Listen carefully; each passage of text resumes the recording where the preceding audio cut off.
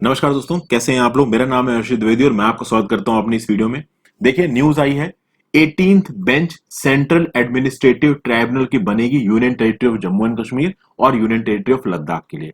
तो ये न्यूज तो देखने में छोटी लग रही है दोस्तों, लेकिन इसके साथ ट्राइब्यूनल्स पे हमको एक नजर मारने की जरूरत है। तो आर्टिकल 323 ए क्या है, आर्टिकल 323 बी क्या है, इसके अंदर किस किस तरीके के ट्राइब्यूनल्स बनते हैं ये भी बताऊंगा। नेशनल ग्रीन ट्राइब्यूनल क्या होता है, आर्म फोर्सेस ट्राइब्यूनल्स क्या होते हैं ये भी बताऊंगा। देखिए, ट्राइब्यूनल्स तो बहुत है इंडिया में। इनकम टैक्स डिपार्टमेंट का अपना ट्राइब्यूनल है, central board of indirect taxes and customs का अपना अलग ट्राइब्यूनल है, डेप्ट रिकवरी ट्राइब्यूनल अलग है। बहुत तरीके के ट्राइब्यूनल्स हैं दोस्तों इंडिया में। सारे ट्राइब्यूनल्स नहीं देख सकते इस वीडियो में, लेकिन हाँ, काम के जरूरी ट्राइब्यूनल्स जरूर देखेंगे, साथ साथ इस न्यूज को देखेंगे। तो आगे बढ़ने से पहले दोस्तों, इस वीडियो पर लाइक का बटन जरूर दबा दीजिए। हुआ क्या है कि आपको पता है, अभी आर्टिकल 35A इनऑपरेटिव हो गया, आर्टिकल 370 इनऑपरेटिव हो गया। तो 800 से ज्यादा सेंट्रल लॉज जो कि पूरे इंडिया को अप्लाई होते थे, पर जम्मू एंड कश्मीर को अप्लाई नहीं होते थे, 370 और 35A के हटने के बाद वो जम्मू एंड कश्मीर को अप्लाई होने लगे हैं। तो यह बोला गया कि जो सेंट्रल एडमिनिस्ट्रेटिव ट्राइब्यूनल है, जिसका जुरिसडिक्शन पहले जम्मू एंड कश्मीर में नहीं जाता था, अब जब वो जा रहा है तो एक बेंच बनाई जानी चाहिए, और एक कैट बेंच बनाई गई है जम्मू में। 18th बेंच है ये कैट की इंडिया में। इससे पहले 17 बेंचेस थी, अब 18 हो गई हैं। क्या करेंगी benches? They will deal exclusively with service matters of the government employees, would go a long way not only reducing the burden of various courts but also provide to the persons covered by the administrative tribunal speedy relief in collection to their grievances and service matters. कुछ ऐसा दिख रहा है कि जो government employ है उनके लिए होती हैं ये एडमिनिस्ट्रेटिव ट्राइब्यूनल्स। बिल्कुल दोस्तों, गवर्नमेंट एम्प्लॉयज के लिए होती हैं। एक बार आर्टिकल 323A देखेंगे, 323B देखेंगे, सब समझ में आ जाएगा। उससे पहले दोस्तों, यहां पे हमारे जितेंद्र सिंह जी ने एक और चीज बोली है। ये हमारे मिनिस्टर ऑफ स्टेट है पर्सनल पब्लिक ग्रीवेंस और पेंशन के। इन्होंने बोला department of personnel and training की 3 इंपॉर्टेंट एजेंसीज अब ऑपरेटिव हो गई जम्मू एंड कश्मीर में। एक तो सेंट्रल एडमिनिस्ट्रेटिव ट्राइब्यूनल तो हो ही गई है, एक हो गया सेंट्रल इंफॉर्मेशन कमीशन और एक हो गया सेंट्रल विजिलेंस कमीशन। देखिए, सेंट्रल विजिलेंस कमीशन के पास प्रिवेंशन ऑफ करप्शन एक्ट के अंदर पूरे इंडिया में इन्वेस्टिगेशन करने की आजादी है। ये आजादी सेंट्रल विजिलेंस कमीशन के पास पहले नहीं थी। अब जब जम्मू एंड कश्मीर पे इंडिया के लॉस अप्लाई हो गए हैं तो सीवीसी को भी पावर मिल गई जम्मू एंड कश्मीर में। उसी तरीके से जो सेंट्रल इंफॉर्मेशन कमीशन है, ये बना था आरटीआई एक्ट ऑफ 2005 के अंदर। जम्मू एंड कश्मीर में खुद का आरटीआई एक्ट था, उनका खुद का Jammu and Kashmir RTI act of 2009 था, वो अब इनऑपरेटिव हो गया है, और हमारा आरटीआई एक्ट 2005 वहां पे लागू हो गया। तो सेंट्रल इंफॉर्मेशन कमीशन की ताकत भी अब जम्मू एंड कश्मीर में पहुंच गई है।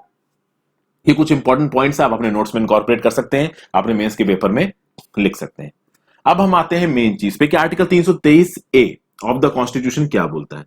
Article 323A of the constitution दोस्तों ये बोलता है, it provides for the establishment of administrative tribunals by the parliament law for the adjudication और trial of disputes and complaints relating to the recruitment and conditions of service of government servants under the central government and the state government, including the employee of any local or other authority within the territory of India or under the control of the government of India or of a corporation owned or controlled by the government। यहां पे आपको मैं पूरी चीज समझाता हूं दोस्तों। सबसे पहले तो आपको ये समझना पड़ेगा, ये आर्टिकल 323A और आर्टिकल 323B ये कौन से कॉन्स्टिट्यूशनल अमेंडमेंट एक्ट के थ्रू हमारे संविधान में जोड़े गए हैं। तो एक कॉन्स्टिट्यूशनल अमेंडमेंट एक्ट याद होगा दोस्तों, 42nd constitutional amendment act of 1976 emergency के दौरान आया था। ये अपने आप में ही एक मिनी कॉन्स्टिट्यूशन था। इसके ही अंदर 323A और 323B को जोड़ा गया। अभी फिलहाल 323A की बात कर रहे हैं तो 323A की बात करते हैं। जब 323A आया, इस आर्टिकल 323A के प्रोविजंस के अंदर एक एक्ट पास किया पार्लियामेंट ने, एक इंस्टीट्यूट पास किया। इस इंस्टीट्यूट का नाम था एडमिनिस्ट्रेटिव ट्राइब्यूनल एक्ट 1985। क्या बोला गया इस एडमिनिस्ट्रेटिव ट्राइब्यूनल एक्ट 1985 के अंदर? इसके अंदर 3 तरीके के ट्राइब्यूनल बन सकते हैं। एक ट्राइब्यूनल बन सकता है central administrative tribunal. Central administrative tribunal service matters देखेगा किसके? सेंट्रल गवर्नमेंट एम्प्लॉयज के, या फिर यूनियन टेरिटरीज के, या फिर किसी ऐसी गवर्नमेंट बॉडी के जिसको सब्सटेंशियली सेंट्रल गवर्नमेंट ओन करती है। तो देखिए दोस्तों, आर्टिकल 323A के अंदर आया एडमिनिस्ट्रेटिव ट्राइब्यूनल्स एक्ट ऑफ 1985। इस एडमिनिस्ट्रेटिव ट्राइब्यूनल एक्ट ऑफ 1985 के अंदर सेंट्रल एडमिनिस्ट्रेटिव ट्राइब्यूनल बन सकता है जो कि सेंट्रल गवर्नमेंट के सर्विस इश्यूज के बारे में देखेगा। अभी देखिए सेंट्रल गवर्नमेंट में जो एम्प्लॉयज काम करते हैं, अगर उनका कोई सर्विस इशू है, यूनियन टेरिटरी गवर्नमेंट में कोई एम्प्लॉय काम करता है तो उसका कोई सर्विस इशू है, या फिर ऐसी कोई कॉर्पोरेशन, ऐसी कोई कंपनी जिसमें मेजॉरिटी स्टेक हमारी सेंट्रल गवर्नमेंट का, उसका कोई इशू है। दूसरा, इस एडमिनिस्ट्रेटिव ट्राइब्यूनल एक्ट के अंदर यह बोला गया कि अगर स्टेट गवर्नमेंट चाहती है कि कोई ऐसा ट्राइब्यूनल उनके स्टेट के गवर्नमेंट एम्प्लॉयज के लिए बनाया जाए तो पार्लियामेंट वो भी बना सकती है। तो स्टेट एडमिनिस्ट्रेटिव ट्राइब्यूनल का भी प्रावधान है इसके अंदर। तीसरा, ज्वाइंट एडमिनिस्ट्रेटिव ट्राइब्यूनल का भी प्रावधान है, यानी दो स्टेट्स मिलकर चाहे अपने लिए एक ट्राइब्यूनल बनाना तो पार्लियामेंट एक ज्वाइंट एडमिनिस्ट्रेटिव ट्राइब्यूनल भी बना सकती है। ओके, तो सेंट्रल एडमिनिस्ट्रेटिव ट्राइब्यूनल के अंदर केवल सेंट्रल गवर्नमेंट एम्प्लॉयज या फिर यूनियन टेरिटरी के एम्प्लॉयज या फिर ऐसी कोई government body, local body, corporation जो कि सब्सटेंशियली सेंट्रल गवर्नमेंट के कंट्रोल के अंदर हो। सेंट्रल एडमिनिस्ट्रेटिव ट्राइब्यूनल को स्टैब्लिश किया गया 1 नवंबर 1985 को। 17 रेगुलर बेंचेस हैं इसकी, थी पहले, जिसमें से आप कह सकते हैं 2 जयपुर लखनऊ में थी और 15 जहां पे हाई कोर्ट्स होते हैं वहां पे थी। उसके बाद ये 18वीं खुल गई है जम्मू में। तो 18 बेंचेस हो गए। आप लमसम ये याद रखिए, बाकी चीजें जानने की जरूरत नहीं है। इन एडमिनिस्ट्रेटिव ट्राइब्यूनल से जो मेंबर्स रहते हैं दोस्तों, वो जुडिशियल स्ट्रीम से भी होते हैं, एडमिनिस्ट्रेटिव स्ट्रीम से भी होते हैं। अभी के लिए आपको ये चीज समझ में आ गई, आई होप। अगला आते हैं दोस्तों आर्टिकल 323 बी पे। आर्टिकल 323 बी में भी ट्राइब्यूनल्स बनाए जा सकते हैं और आर्टिकल 323 बी में ट्राइब्यूनल्स पार्लियामेंट भी बना सकती है और स्टेट लेजिस्लेचर ही बना सकते हैं। ऑब्वियसली स्टेट लेजिस्लेचर केवल उन फील्ड में ट्राइब्यूनल्स बनाएंगे जिसमें उनकी नियम बनाने की ताकत है। ओके, पार्लियामेंट केवल उस फील्ड में ट्राइब्यूनल्स बनाएगी जिसमें उनकी नियम बनाने की ताकत है। और नियम बनाने की ताकत हमारे कौन से शेड्यूल में है, union list, state list, concurrent list कौन से शेड्यूल में आती हैं, नीचे आप मुझे कमेंट करके बताइए। तो आर्टिकल 323 बी के अंदर ट्राइब्यूनल्स बन सकते हैं टैक्सेशन से रिलेटेड, फॉरेन एक्सचेंज से रिलेटेड, इंडस्ट्रीज, लेबर से रिलेटेड, लैंड रिफॉर्म से रिलेटेड, अर्बन प्रॉपर्टीज से रिलेटेड, टीनेंसी राइट से रिलेटेड, इन सब चीजों में आर्टिकल 323 बी के अंदर आपके ट्राइब्यूनल्स बन सकते हैं। तो अब यहां पे आर्टिकल 323 ए समझ में आया, 323 बी समझ में आया, दोनों आए 42nd अमेंडमेंट एक्ट 1976 के थ्रू। अब यहां पे दोस्तों आपको यह समझना है कि आर्टिकल 323 ए और 323 बी के बीच में फर्क क्या है। देखिए, आर्टिकल 323 ए के अंदर जो ट्राइब्यूनल बनेंगे, चाहे वो सेंट्रल एडमिनिस्ट्रेटिव ट्राइब्यूनल हो, चाहे वो स्टेट एडमिनिस्ट्रेटिव ट्राइब्यूनल हो, चाहे वो ज्वाइंट एडमिनिस्ट्रेटिव ट्राइब्यूनल हो, वो केवल पब्लिक सर्विस मैटर के लिए बनेगा।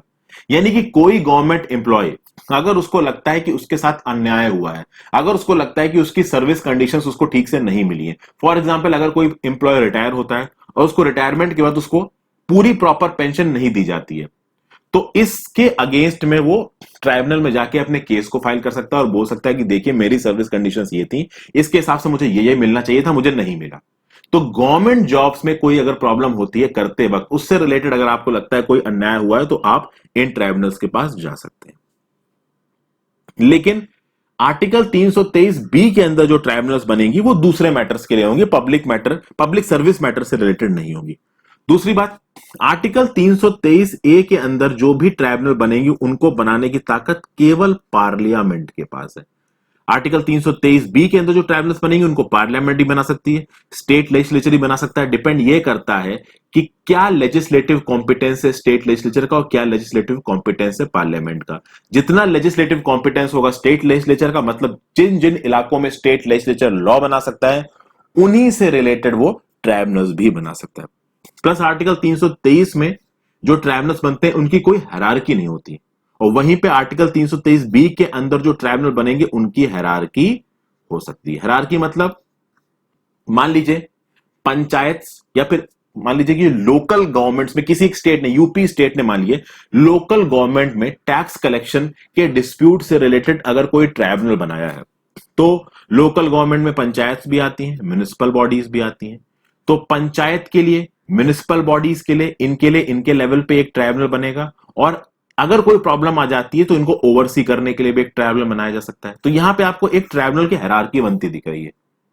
यह हायरार्की आर्टिकल 323 बी के अंदर जो ट्राइब्यूनल्स बनते हैं वहां पे हो सकती है, 323 ए के अंदर हायरार्की नहीं हो सकती। ओके, तो 323 ए और 323 बी का सार आई होप आपको समझ में आ गया होगा। नेक्स्ट जो हम देखेंगे दोस्तों, एक इंपॉर्टेंट जो ट्राइब्यूनल है इंडिया में जो एग्जिस्ट करता हुआ है, आर्म्ड फोर्सेस ट्राइब्यूनल। देखिए, आर्म्ड फोर्सेस ट्राइब्यूनल एक इंडियन मिलिट्री ट्राइब्यूनल है। 2009 में इसको बनाया गया था, कौन से एक्ट के through? Armed forces tribunal act 2007।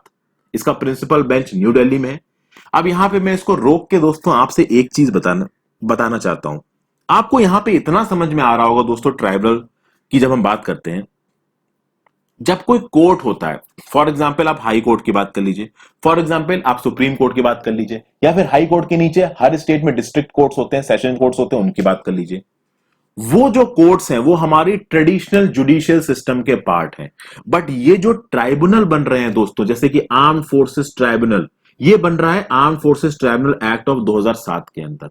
Article 323 ए के अंदर एडमिनिस्ट्रेटिव ट्राइब्यूनल एक्ट आया, उस एक्ट के अंदर सेंट्रल एडमिनिस्ट्रेटिव ट्राइब्यूनल बने। तो एक एडमिनिस्ट्रेटिव ट्राइब्यूनल बनता है एक स्टैट्यूट के अंदर, एक ऐसा लॉ जिसे पार्लियामेंट ने पास किया हो, इसके अंदर बनेगा। तो ट्राइब्यूनल्स बने स्टैट्यूट के अंदर, और जो नॉर्मल कोर्ट होते हैं दोस्तों, वो कोर्ट आपके जुडिशियल सिस्टम के पार्ट होते हैं। ओके, फिर ये जो ट्राइब्यूनल्स होते हैं दोस्तों, ये ट्राइब्यूनल्स क्वासी जुडिशियल बॉडी होते हैं। ये they are not completely judicial, quasi judicial body है। और चूंकि ट्राइब्यूनल एक एक्ट के अंदर बनते हैं, तो उस एक्ट को किसने बनाया है? हमारी गवर्नमेंट ने बनाया। तो हमारे पास गवर्नमेंट के पास पूरी ताकत है कि इन ट्राइब्यूनल्स में जो भी लोग बैठेंगे, उनकी सर्विस कंडीशंस क्या होंगी, उनको क्या तनख्वाह मिलेगी, वो किस तरीके से काम करेंगे। ओके, ये कुछ चीजें थी, इसलिए मैंने आपको बता दी, बीच में यहां पे रोक के आगे चलते हैं। इस आर्म्ड फोर्सेस ट्राइब्यूनल का काम क्या है? तो to adjudicate complaints with respect to appointment and conditions of service in respect of persons subject to the Army Act 1950, Navy Act 1957 and Air Force Act 1950। तो आर्मी एक्ट 1950, नेवी एक्ट 1957 और air force act 1950 के अंदर किसी person के ऊपर, मतलब किसी person को लगता है कि उसके साथ कुछ गलत हुआ है, तो जो भी एडजुडिकेशन होगा वो इस आर्म्ड फोर्सेस ट्राइब्यूनल में होगा। ओके, फिर अगर किसी ऑफिसर को कोर्ट मार्शल किया जाता है, तो उस कोर्ट मार्शल की जो अपील होगी, वो अपील सीधे सीधे कहां आएगी? इस आर्म फोर्सेस ट्राइब्यूनल के पास आएगी। और इस आर्म फोर्सेस ट्राइब्यूनल जो भी डिसीजन पास करेगा, उसकी अपील सुप्रीम कोर्ट में नहीं जा सकती दोस्तों, ये याद रखिएगा। ठीक है, आर्म फोर्सेस ट्राइब्यूनल जो भी डिसीजन देगा, उसके अगेंस्ट अपील सुप्रीम कोर्ट में नहीं जा सकती। कुछ दिन पहले एक केस आया था दोस्तों कि एक पर्सन था, आर्मी मेंबर था, वो 300 दिन की छुट्टी पे चला गया, और 300 दिन की विदाउट इंटीमेशन छुट्टी या विदाउट सैंक्शन छुट्टी पे चला गया। उसके बाद उसको सर्विस से हटाया गया, तो उसने आर्म फोर्सेस ट्राइब्यूनल में अपना केस डाला और वो केस हार गया। तो ये है दोस्तों आर्म फोर्सेस ट्राइब्यूनल। इसके बारे में कुछ और एग्जाम्पल देखते हैं। देखिए, इसमें जुडिशियल मेंबर्स भी होते हैं, एडमिनिस्ट्रेटिव मेंबर्स भी होते हैं। जो जुडिशियल मेंबर्स होंगे वो रिटायर्ड हाई कोर्ट के जजेस होंगे, हाई कोर्ट के रिटायर्ड जजेस। और एडमिनिस्ट्रेटिव जो मेंबर्स होंगे वो रिटायर्ड मेंबर्स होंगे आर्म फोर्स के, जिनके पास कम से कम मेजर जनरल या इक्विवेलेंट रैंक रही हो 3 साल से ज्यादा के लिए। पैरामिलिट्री फोर्सेस जैसे कि कोस्ट गार्ड, आसाम राइफल्स, ये सब बाहर हैं इस ट्राइब्यूनल के परव्यू के। तो ये तो बात होगी आर्म फोर्सेस ट्राइब्यूनल की। एक और जो बहुत इंपॉर्टेंट ट्राइब्यूनल हो जाता है दोस्तों हमारे लिए, वो है आपका नेशनल ग्रीन ट्राइब्यूनल। देखिए, नेशनल ग्रीन ट्राइब्यूनल को 2010 में बनाया गया था। किसके अंदर? National green tribunal act of 2010। ये एक अलग से स्पेशलाइज्ड इन्वायरमेंटल कोर्ट बनाया गया ताकि डायरेक्ट इन्वायरमेंटल जस्टिस मिल सके, हमारे देश में इन्वायरमेंटल प्रोटेक्शन हो सके, फॉरेस्ट का कंजर्वेशन हो सके। खास बात क्या है इस ट्राइब्यूनल की? That it is guided by principles of natural justice and is not bound by mainstream code of civil procedure. हमारी जो नॉर्मल कोर्ट्स हैं, supreme court, high court, they are very much bound by code of civil procedure. लेकिन जो ज्यादातर tribunals होते हैं दोस्तों, इन tribunals के ऊपर ये कोड ऑफ सिविल प्रोसीजर एकदम अपनी, कहते हैं ना, क्रूडनेस में अप्लाई नहीं हो सकते। ये नेशनल ग्रीन ट्राइब्यूनल जैसे जो ऑर्गेनाइजेशन है, वो अपने डिसीजन को देते वक्त प्रिंसिपल्स ऑफ नेचुरल जस्टिस को फॉलो कर सकते हैं।